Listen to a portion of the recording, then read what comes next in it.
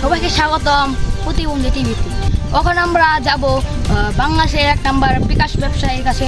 তো আমরা এখন যাব বাংলাদেশের খাচ্ছে সে আমাদের কালো কাপড় পরে বসে আছে। আর সে আমার মনে হয় তার বাড়িতে অনেক টাকা বলে সে রাস্তায় এখানে বসে আছে। তো আমরা তার কাছে যাবো এবং বিস্তারিত শুনবো।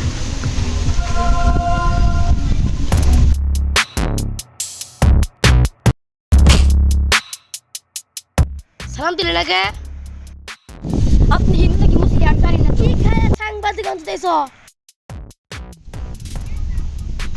বেড়াই সাংবাদিক আছে বুঝেছ না কথা সালাম আলাইকুম। আপনার নাম কি? সাংবাদিক বেশি অতিরিক্ত সাংবাদিক। তাহলে আমরা মূল প্রশ্নে যাই, আপনার সফলতার কারণ কি? আমার মতো সফল ব্যবসায়ী হতে হলে অনেক কষ্টের উপর দিয়ে যেতে হবে, লোকের গালাগালি শুনতে হবে। ওকে ওকে ওকে ভাই ওকে ভাই। গাইস শুনলেন, আমাদের ভাই অনেক কষ্ট করে তার ব্যবসা করার জন্য।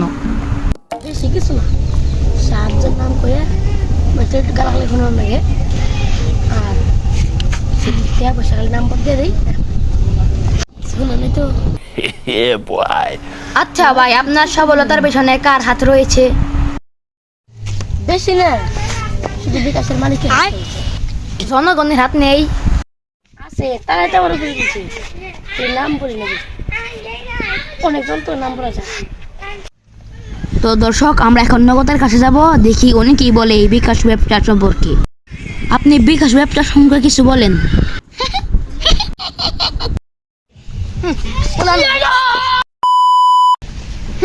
পুরান মানুষ। আমাদের ভিডিওটা কেমন লাগছে অবশ্যই কমেন্টে বলেন না, কারণ আমরা তো কমেন্টে অপশনে দিই না, তবুও আজকে দিব। আপনারা আমি জানি তো আপনাদের ভালো লাগেনি, তবুও ভালো লাগতে হবে, নাহলে ফোন করবো।